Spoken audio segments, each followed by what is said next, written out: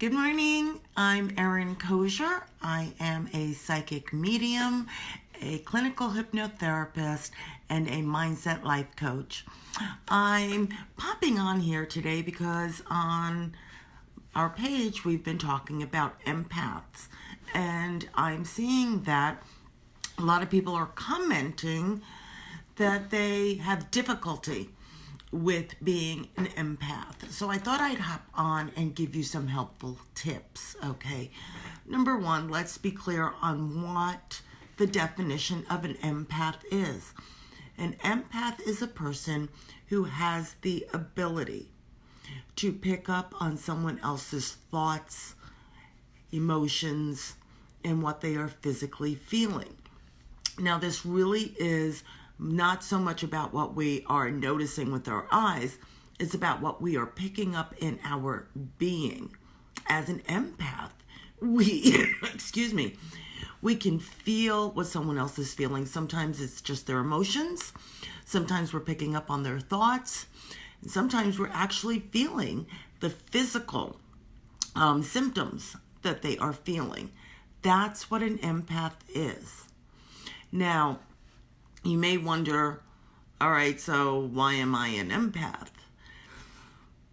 It's just like you are a person with hair or you are a person with brown eyes. It just is.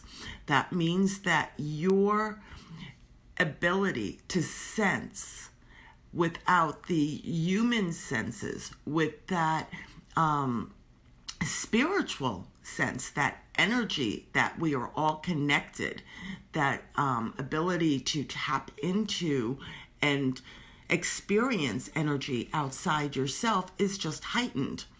And that's a great thing. It can do a lot of good things for you. Let's go into right now talking about the good things. One, it can really teach you compassion. Knowing that a lot of people are going through a lot of stuff, whether you can see it with your eyes or not. It can also help open you up to a lot of spiritual lessons and a lot of growth, which is a wonderful, wonderful thing. Also, as an empath, picking up on something, especially if it's someone that you're close with and they haven't verbalized, you are then able to make a informed and compassionate, heart-centered decision on how to interact with them, how to give them advice, or maybe steer them in the direction of someone who can help them with their issue. So these are the benefits of being an empath. Now let's talk about when it doesn't feel good for you and what you can do. Number one, I've been teaching this to my clients, my family, students for decades. Self-protection is really not that difficult, and there are so many ways you can do it. First way, when I wake up every morning, I do say hello to what I call my celestial crew, my guides, my guardians, my angels. And I remind them to please, and give them permission to please guide me and to protect me from all harm, seen and unseen. I tell them to please filter all information, all energies that come to me so that I can understand it, process it with no harm to me. That way I'll know what's going on, but I'm not taking it on. Another way is I imagine myself starting at my crown, surrounded by a beautiful white light, the white light of the universe, of the God source, the universe. You can, Holy Spirit, whatever calls to you, just that white light. White is about purity. And I imagine myself and I let it feel from my crown and come down and surround myself in a beautiful bubble of white light, knowing that anything I experience is going to be purified and that it is with no harm to me. It doesn't stop me from experiencing it. It just makes it so it's not so icky. Another thing that I teach, especially when I am teaching my Reiki students, is what I call the bracelets. And what I do is, and you take your hand, because you want to put an anchor. Anchor is something that I later on learned when getting my hypnotherapy certification and my NLP certification.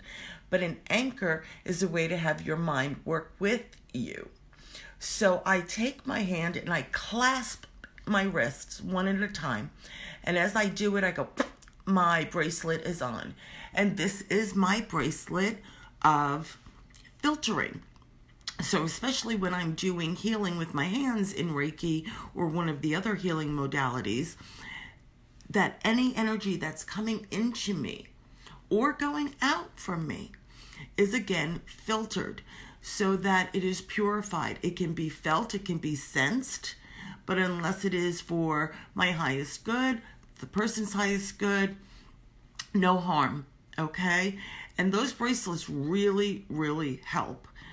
Everybody I've taught that to has said, wow, that makes a big, big difference. And lastly, should you have picked up somebody else's energy, somebody else's pain and discomfort, there are several things you can do to now rid yourself of it. One, smudging.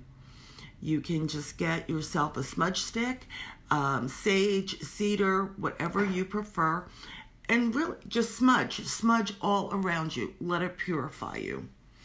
That's number one. Number two, if you are in a place where you don't have time to smudge, ladies, even guys, brush your hair. Believe it or not, that act really gets a lot of everybody else's energy right off of you. Washing your hands under cold water and imagining how everything that you're feeling is going into your hands and you are now washing your hands of it. That also works. You can do cord cutting. And this is really, really, really important for anyone who is a light worker and works with people. Any of the healing modalities that you do, whether you're doing readings, whether you're doing mediumship readings, Reiki, massage, reflexology, anything where you are working with someone in this intimate way, one-on-one, chiropractor, everything, you can do a cord cutting. So that is so simple, and it is so important because every time we make a connection with someone, we form an energy cord, we form an energy tie. And you don't realize that you're walking around with all of these ties on you that are either draining you, some could be uplifting you, but a lot more of them are draining you. Or you're picking up on someone else's stuff when you don't need to. And so what you do is, and you want to take a tangible motion, okay? So you center and you state your intent. I now cut ties. I now cut the cords between me and anyone that I do not need to stay connected to for my highest good. And as you say it, do that cord cutting motion. Some people like to do a scissor. I like to do the sweeping sword. Some people like to call upon Archangel Michael and ask him to take his sword and cut all of those ties. It is a great, great, great exercise to do daily or weekly. It's kind of easy to forget that one. And last but not least, a really good way to get yourself to cleanse of your emotion overwhelm from taking in everybody else's stuff, as well as all of their other stuff, is an Epsom salt bath. Give yourself, just soak in it.